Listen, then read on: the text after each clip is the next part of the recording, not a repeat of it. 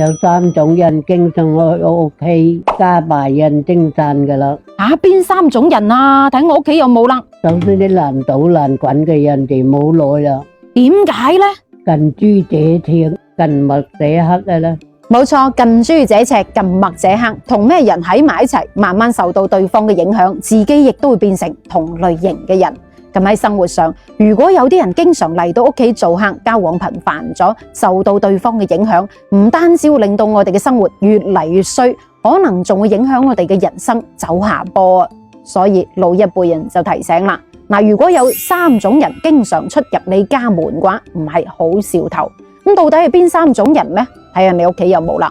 咁首先就係嗰啲有不良嗜好嘅人，例如話爛賭、爛飲、爛嫖、爛滾嘅人，又或者係嗰啲不學無術嘅人。其實呢類型嘅人喺生活上真係有唔少嘅，唔想俾佢哋入屋，只係為咗以防萬一，避免佢哋拉你落水。咁就攞賭嚟講啦，有啲人覺得大賭傷身就小賭怡情，係咪？但係你真係要注意啊！大賭皆因小賭起，好多爛賭鬼都係從3-5蚊開始，越賭就越大啦。你身邊只要有朋友係賭錢嘅，佢拉你過去蹬腳，你接觸呢個圈子多咗，時間一長，你就會俾佢帶偏，自己都會賭埋一份噶啦。咁你知啦，十賭九輸啊嘛，一旦賭到冇錢，你就會同身邊親近嘅人借啦。咁結果咧，越踩就越深，越借就越多，分分鐘輸身家，搞到自己走上一條不歸路啊！所以話最好就唔好同嗰啲嗜賭成性嘅人深交啦，亦都唔好隨便帶佢返屋企，費事影響到細佬哥，連細佬哥都染上嗰啲不良惡習，就唔係咁好啦。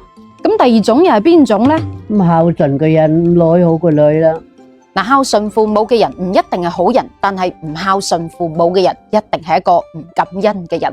正所謂百善以孝為先啊嘛，唔孝敬父母嘅人，佢哋內心都係好狠毒嘅，咁經常群埋啲不孝之人，亦都影響到自己嗰份孝心，影響到自己嘅下一代。咁其實父母就係細佬哥嘅一塊鏡，你對父母好，孝順父母，就等同於對下一代言傳身教，日後子女亦都會待你好。有個咁樣嘅故仔，話說有一個叫做順仲嘅人，咁佢父親年老多病噶啦，咁順仲就係一個好唔孝順、好唔尊敬佢父親嘅人，明知佢父親凍到鵪鶉咁，都唔俾張厚被佢父親冚。咁有一日佢父親實在係頂唔順啦，就用手挖咗個土洞，急入個窿嗰度避寒。咁呢個順仲唔單止唔內疚啊，反而仲喺度笑佢父親，哎呀咁戇居嘅，急入個山洞入邊。咁結果佢父親就係咁樣凍死咗啦。順仲之後諗翻起自己對父親嘅種種惡行，心裏長期受到自我嘅譴責，下半世都喺痛苦中度過。呢一個故事就話俾我哋聽，不孝之人必定招致惡果啊！咁我哋如果長期同不孝之人交往深交嘅話，自己都會變成不孝之人，變成一個唔識得感恩嘅人。但係要分清楚，孝順又唔同愚孝喎。孝順係敬愛父母、奉養父母，但係愚孝呢？愚孝就係盲目咁順從，無論父母啱定錯都好，都全盤接受嘅。愚孝係唔得嘅，愚孝只會破壞家庭嘅和諧。所以就唔好撈亂啦。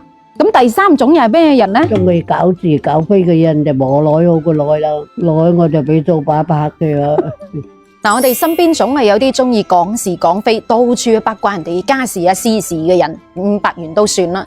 但係有一啲就八完之後仲中意添鹽加醋，到處去傳播啲不實信息，挑撥人與人之間嘅關係嘅。今日佢可以同你一齊八卦人哋嘅家事，咁聽日佢都可以同人哋八卦你嘅家事嘅。尤其有啲隔籬鄰舍三姑六婆，得閒無事做就到處串門去八卦人哋嘅家事。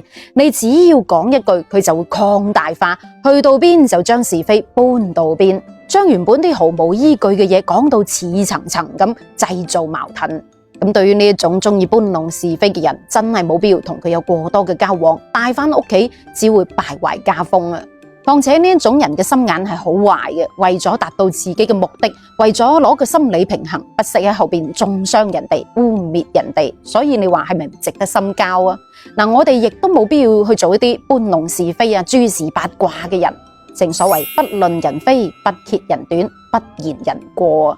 呢個係留俾人哋嘅體面，亦都係為自己留有餘地，亦都係積福嘅一種方式啊！